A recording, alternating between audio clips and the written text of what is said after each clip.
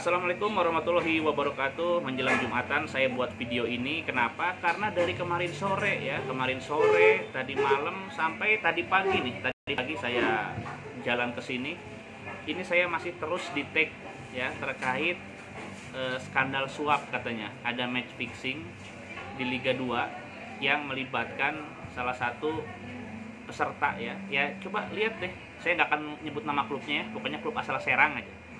Dan menariknya, justru yang menguak skandal ini, yang membongkar skandal ini adalah pihak internal mereka sendiri. Jadi manajernya langsung memecat para pemain yang diduga terlibat match fixing. Bahkan ada pelatihnya juga ya. Itu sudah dilaporkan ke PSSI. Banyak yang nanya, Kang Eko tanggapannya gimana gitu ya. Nah, jadi begini nih. Yang pertama-tama kita melihat Satgas dulu ya. Karena banyak betul yang ngetik ke saya memperlihatkan foto Satgas anti mafia bola tuh di lapangan pada pakai rompi gitu. Kang Eko, ini kan ada Satgas, kok masih terjadi match fixing? Nah, yang pertama ada kehadiran Satgas gitu ya. Saya jujur sebetulnya saya udah lama nggak ketemu dengan ketua Satgas anti mafia bola ya, Pak Hendro Pendowo. Lama banget. Terakhir kali saya ketemu beliau itu di Hotel Fairmont di Jakarta tentang kick off Liga Shopee tuh yang dihentikan gara-gara pandemi ya. Saya nggak ngobrol lebih banyak, nggak ngobrol lebih lanjut. Saya juga nggak tahu susunannya seperti apa sekarang.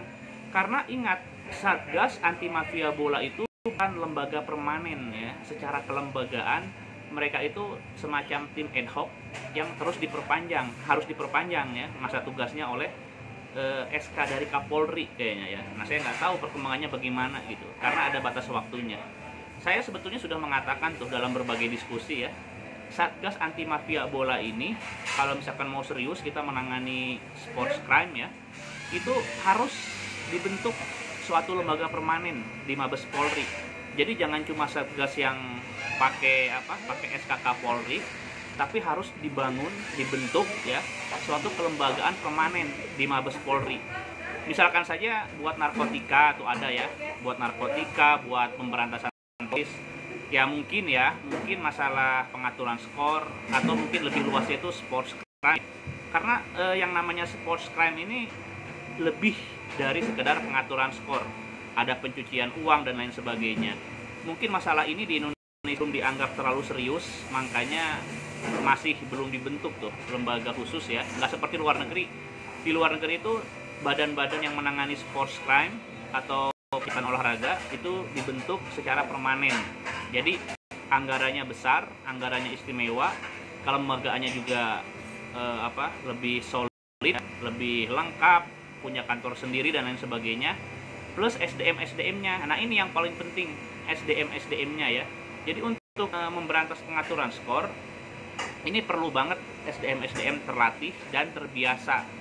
Jadi selain ilmu kepolisiannya, selain ilmu pidananya, mereka juga harus paham sepak bolanya gitu.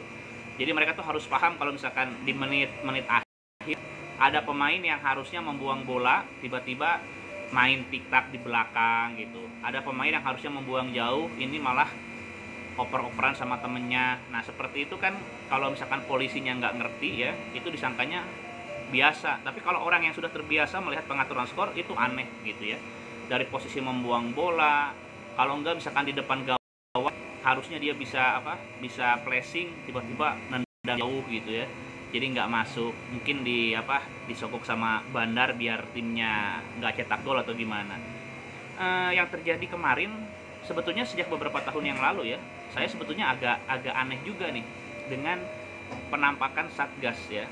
Jadi Satgas anti mafia bola, kalau kita perhatikan praktek di lapangannya kan mereka justru menunjukkan diri ya. Mereka menggunakan rompi dan menunjukkan diri kepada khalayak bahwa mereka itu ada. Saya jadi berpikir, setahu saya kalau di luar negeri itu yang namanya Satgas seperti ini permainannya tuh intel. Jadi intel, terus juga mereka itu langsung melihat itu kan nggak mungkin ya zaman sekarang transaksi suap atau apa di lapangan tuh kan nggak mungkin, di lapangan di tribun nggak mungkin ya zaman sekarang ya. Justru tempat-tempat yang rawan itu kan hotel sebelum pertandingan, restoran-restoran, lalu mereka mungkin bisa mengikuti menyadap, saya nggak tahu tuh. kewenangannya seperti apa, karena memang lembaganya aja belum dibentuk secara permanen ya. Tapi kalau di luar negeri itu seperti itu. Makanya kemarin ingat ya, masalah yang FBI bisa masuk membongkar skandal yang FIFA itu ya seperti itu. Jadi lebih ke intelijen. Nah, kalau yang Satgas Anti Mafia Bola ini hadir. Makanya saya mikir jangan-jangan yang digunakan ya logika berpikirnya ini Satgas Anti Mafia Bola ini sebetulnya secara psikologis ya, mereka itu pingin memberitahu kepada para pengatur skor gitu bahwa kalian jangan macam-macam, kalian jangan mencoba-coba mengatur skor karena kami ada gitu di sini. Ya itu mungkin namanya metode ya, cuma saya pikir kurang relevan juga kalau kita ingin serius memberantas pengaturan skor di Indonesia gitu. Justru harus diam-diam, tiba-tiba nungguin di hotel, ngelihat transaksi, terus ngelihat orang yang ketemu sama wasit, orang yang ketemu sama pelatih, manajer dan lain sebagainya gitu ya. Tapi masalah SDM ini juga kita harus banyak memaklumi ya, karena memang nggak mudah mempersiapkannya. Jangankan tentang ilmu sepak bolanya, ilmu teknis pertandingannya, dari hukumnya saja itu kan terlambat ya, aparat penegak hukum kita ini terlambat menyadari. Jadi saya ingat betul momentum dibentuknya Satgas Anti Mafia Bola itu waktu itu kan saya diundang sama Kapolri ya, Pak Tito, Kapolri yang dulu di acara Mata Najwa.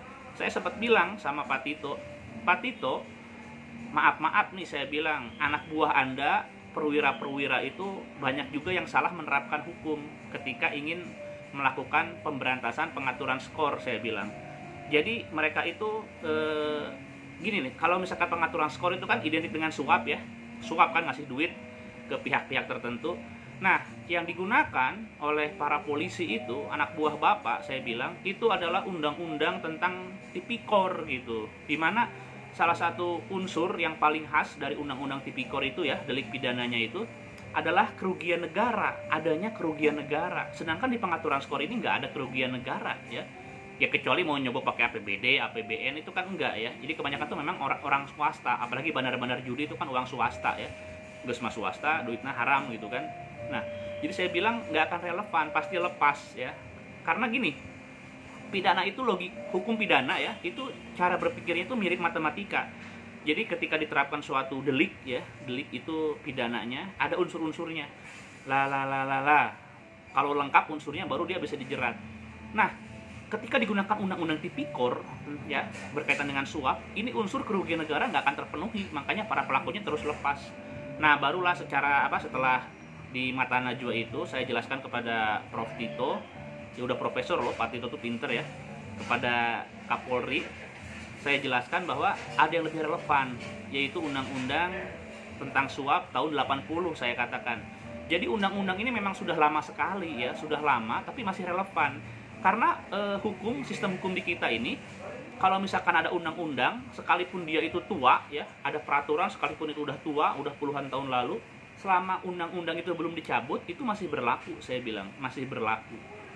Dan undang-undang tahun 80 itu masih bisa digunakan untuk menjerat para pelaku suap di pengaturan skor ya. Ini contoh ada undang-undang yang udah tua banget tapi masih berlaku ya, kayak undang-undang perkawinan tuh. Tahun 4 itu masih berlaku, undang-undang perkawinan, undang-undang agraria tahun 60 itu masih berlaku juga ya. Nah, ini undang-undang suap tahun 80 masih berlaku, tapi aparat penegak hukum ya waktu itu kebanyakan pada nggak tahu ada aturan ini gitu. Akhirnya saya tanya-tanya tuh teman saya yang jaksa, yang polisi, ternyata ya memang paradigma sama nuansa kebatinan. Jadi ketika undang-undang ini eksis tahun 80, itu kan negeri kita ini kan dikuasai oleh rezim ya, yang memang sudah biasa kan, nepotisme, korupsi, kolusi gitu. Jadi otomatis orang-orang yang terancam sama pasal ini sulit dijerat tetap. Jadi walaupun hukumnya ada, tapi mungkin karena hal-hal politis dan lain sebagainya sulit dijerat, sehingga undang-undang ini tidak efektif gitu ya. Dan hampir dilupakan orang. Ya, saya jujur aja nih. Saya tuh diwawancara beberapa kali oleh para wartawan ya, terutama Jawa Pos. Wah, ini Mas Eko katanya, banyak ahli hukum di negeri ini, banyak profesor dan lain sebagainya, juga polisi, jaksa itu pada enggak bahwa undang-undang ini ada, undang-undang ini masih eksis dan bisa digunakan untuk menjerat para pelaku suap di sepak bola. Ya saya bilang justru itu gitu. Jadi di antara sekian banyak orang memang pada nggak ngeh, padahal ini masih berlaku, saya bilang ya, masih berlaku. Karena mungkin gini, para profesor itu kan pinter-pinter tapi kan nggak concern ke masalah ini ya. Mereka mungkin korupsinya tuh korupsi yang negara yang mana gitu ya, padahal ada undang-undang suap. Nah, undang-undang suap ini unsur-unsurnya relevan dan bisa menjangkau para pengatur skor di Indonesia ya. Ini pokoknya relevan lah, termasuk pengaturan skor yang terjadi di luar negeri gitu. Nanti saya bahas lebih lanjut tentang undang-undang ini ya, karena ini waktunya udah berapa, udah 10 menit, kelamaan ya. Ya intinya gini, polisinya udah tahu aturannya kan, sejak acara Mata Najwa itu polisi udah tahu aturan mana yang relevan, makanya dibentuk Satgas Anti Mafia Bola. Tapi saya pikir kalau dulu kan gini, kalau dulu ya sebelum acara Mata Najwa itu polisi nggak tahu aturannya, makanya para pelaku pengaturan skor lepas terus gitu ya. Nah, setelah mereka tahu aturannya, kalau ada pengaturan skor dan terbukti, itu bisa mereka jerat. Tapi masalahnya adalah bagaimana cara membuktikannya? Itu masih belum mampu, saya pikir ya. Pihak kepolisian masih kesulitan. Karena itu memang perlu pelatihan-pelatihan yang memadai, pelatihan-pelatihan teknis terus-menerus gitu loh. Nah, ini tentang yang Serang, gimana Kang Eko kalau misalkan memang terbukti ya, ada buktinya jelas. Nah, yang pertama harus dilakukan adalah PSSI harus menganggapinya dengan serius ya. Harus menyikapi masalahnya dengan serius, beri sanksi komunitas, apakah itu skorsing, pengurangan nilai, degradasi, dicoret, apa hak-haknya itu boleh ya, kalau misalkan terbukti. Nah, setelah terbukti berarti kan misalkan ada suap nih, itu dilimpahkan ke aparat penegak hukum, ke kepolisian, ke kejaksaan. Ini artinya apa? Artinya pengaturan skor itu melanggar dua ketentuan di dua sistem hukum, yaitu sistem hukum komunitas ya, aturan sepak bola kan jelas-jelas nggak boleh atau pengaturan skor ya. Nah, setelah itu diberi sanksi, maka hukum berikutnya berlanjut ya ke sistem hukum nasional. Itu melanggar hukum pidana, hal-hal seperti itu. Begitu teman-teman. Oke, udah mau Jumatan juga, ini udah 12 menit lah. Nantilah kita lanjutin lagi ya. Oke, Assalamualaikum warahmatullahi wabarakatuh. Jadi intinya gitu. Intinya yang Serang itu, yang suap kemarin katanya terbukti match fixing, itu harus dihukum oleh PSI dan juga oleh pihak kepolisian ya. Harus sampai ada putusan pengadilan ya. Harus sampai ya masalah pidananya. Oke, Assalamualaikum warahmatullahi wabarakatuh.